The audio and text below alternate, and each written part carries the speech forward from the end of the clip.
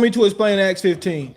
All right, in Acts 15, 1, all right, from the beginning of it, let's actually pull up the scripture, right? Because I don't want to let the man speak, let's be the work of God. We're going to read through the scripture together. All right, we're going to read through Acts 15 together here. I'm going to put it on YouTube too so people on YouTube can see it.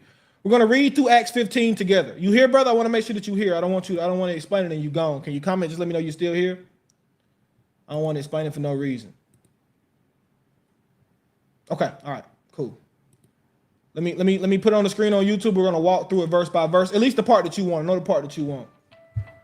All right. So it says, some men came down from Judea and began to teach the brethren, unless you're circumcised according to the custom of Moses, you cannot be saved. And when Paul and Barnabas had great dissension and debate with them, the brethren determined that Paul and Barnabas and some of the others should go up to Jerusalem to the apostles and elders concerning the issue. So what's the issue here? The issue here is that you have to follow the entire law of Moses before you can get saved. Now, here's the contention. The contention is, what saved are they arguing about? The saved they're arguing about is coming into the Messiah. So they're saying you need to be circumcised and keep the law before you can never even start to learn the Messiah. That's the contention. All right. Therefore, being sent away by the church, they were passing through both Phoenicia and Samaria, describing in detail the conversion of the Gentiles, and were bringing a great joy to all the brethren.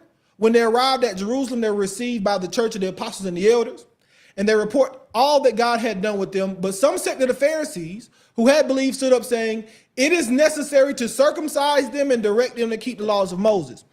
They're saying, and it's not even direct, right? So if we go, hold on, let me see if I can find a better, let's see if the NET might give us a better translation. 1 second.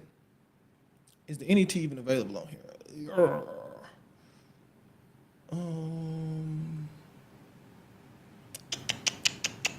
1 second, guys. Let me see if this one gives me a better translation.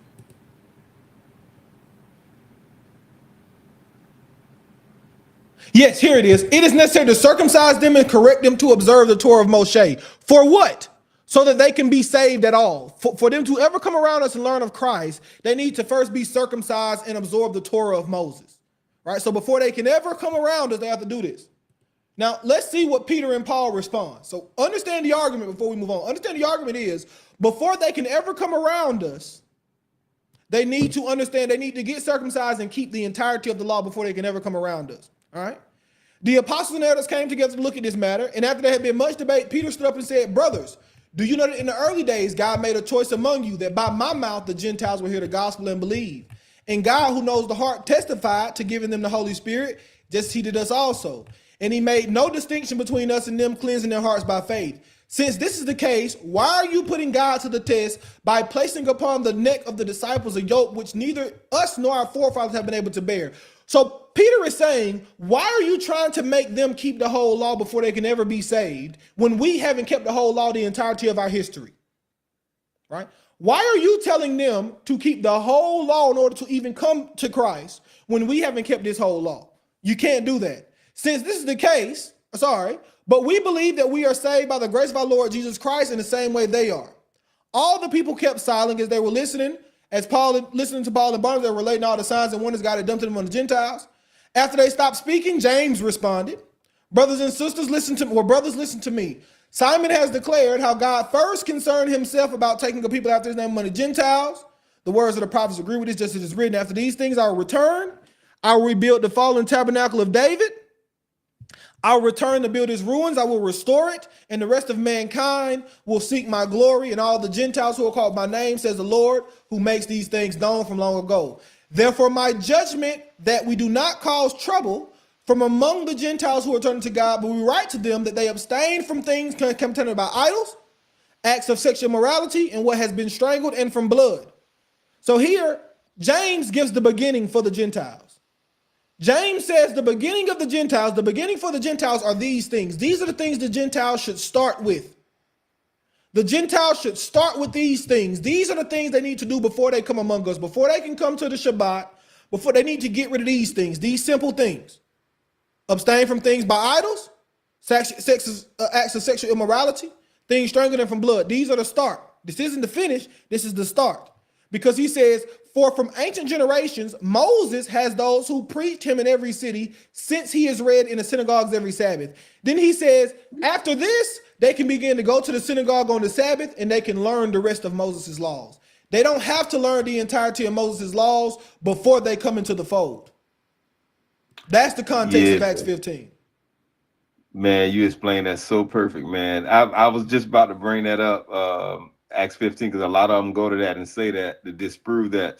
And then basically, just to add to it, the apostles were Paul and they were saying, why you want to push all the law on them right then and there? Yep. Let them learn little by little, and then they'll get it.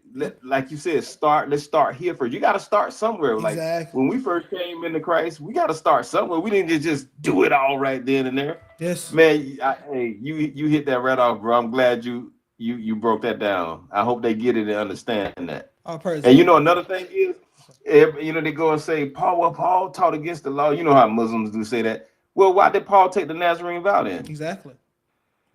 He took the vow they brought this accusation to him. Paul, you teaching against the law. Paul said, no, I didn't. I'll go take this Nazarene vow and show you. Exactly. Yeah. That's why I said, Peter, when he said that some will come unlearn and twist his sayings, because Paul's teaching might be a little bit difficult to understand, but they will come and twist his teaching. And I see what Peter was saying, what he was saying by that, and they do that. Yeah. If you look here, it's kind of cool, right? If you read the verse, and I did this the other day, right? It says, you therefore, beloved, knowing this, I want to start here. And in regard to the patience of our Lord and salvation, just as our beloved, let me put it on YouTube so people can see this. All right. Just as our beloved brother Paul, according to the wisdom given him, wrote to you, as also in his letters, speaking in them of things which there are some things that are hard to understand, which the untaught and unstable distort as they do the rest of the scriptures to their own destruction. Now watch this next verse. Ye therefore, beloved, knowing beforehand, be on your guard, so that you are not carried away by the error of unscrupulous people. Now this word unscrupulous right here. Let's go to the blue letter. We're going to go to the blue. We're going to get the definition of this word unscrupulous. And I want to show you that this is the grace of God that he put this verse here and said, read this verse in a very short book. It's easy to read through all of 1 Peter. 1 Peter is a very small book, right? 2 Peter, sorry. It's a very short book. So we're going to see the definition of this word unscrupulous. All right. If you go to the definition of this word unscrupulous, hold on.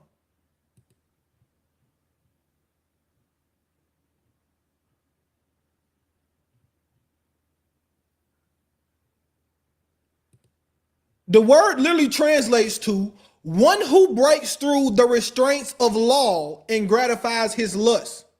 Strong's definition, a derivative of G5087 in the sense of enacting lawlessness.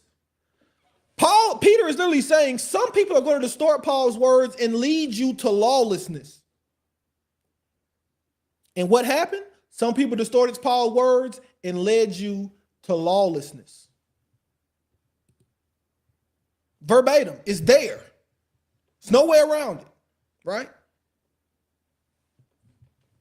But yeah. Whew, good day. All right. Sorry, guys. Time to get a little up.